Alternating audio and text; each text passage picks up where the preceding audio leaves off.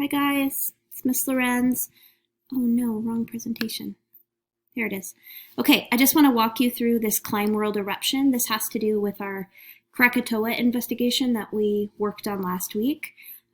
This is just an extension from that. So I'm going to read to you kind of what you're going to do, and then you're going to work on this for 2 of the days that you were at home for science this week.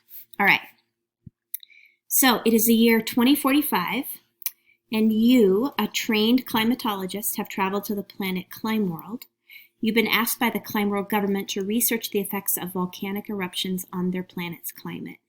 And so we talked a little bit about this. Remember that Krakatoa, when it erupted in 1883, it disrupted the global climate for 5 years.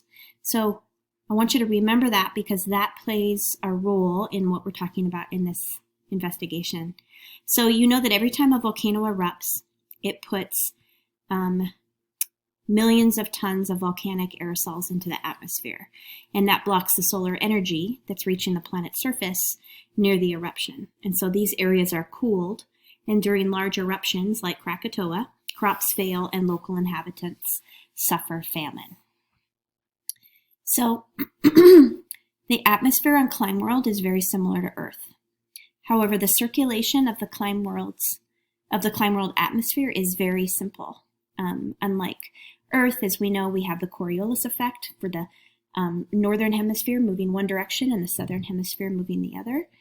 Air at the equator at Climeword is heated, and it just simply rises and moves towards the poles in sort of a direct linear fashion.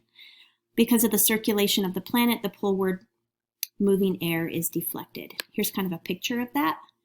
That's how simple it is on Climeword. So when a volcano erupts on Climeword, it's given an eruption magnitude number. So if you look down here, do you guys see here, let me get a marker. Right here, this symbol right here indicates a volcanic eruption. And right next to that volcanic eruption is the number 5. So the magnitude of this particular volcanic eruption has a magnitude of 5. What happens is, and by the way, the largest recorded eruption was a 20. What happens is that every week after the eruption, the aerosol cloud, so remember we're talking about like the ash cloud, the aerosols that were emitted from the volcanic eruption, it spreads out in the atmosphere and it decreases in intensity in this following way. And so in week 1, it has decreased from a 5 to a 4. But it also spreads out, so we have these 2 4s. The next week it decreases to a 3, but it continues to spread out, so now we have 3 3s. The following week, so now we're on week 3, it decreases to a 2, but it has spread out, so now we have 4 2s. So just remember this. When you are in the northern hemisphere in Climeword, then it spreads out to the east. That's this direction to the right. And it spreads out 1 distance unit towards that direction and 1 distance unit up. So it ends up sort of spreading out in this northeast way. All right. If it's in the southern hemisphere, so check out this volcano. This volcanic eruption had a magnitude of 3.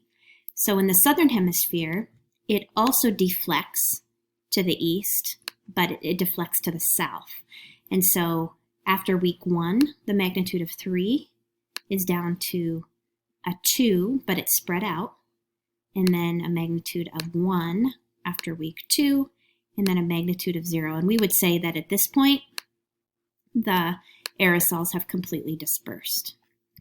All right, so you're going to look at some of these questions, like how many weeks does it take for certain eruption clouds to disperse, and you're going to answer questions like this on your Climeword map. And so on the packet that you picked up from school on Friday, there is a map that has a lovely grid reference system.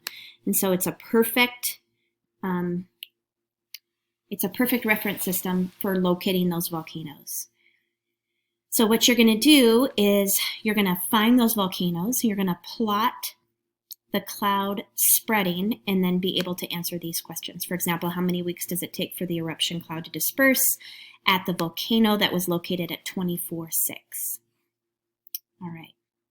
Please note that some of the volcanoes are in the northern hemisphere and the clouds disperse to the northeast. And some of the volcanoes are in the southern hemisphere and they disperse to the southeast. All right. I hope that helps you guys and get you started. Have a good week.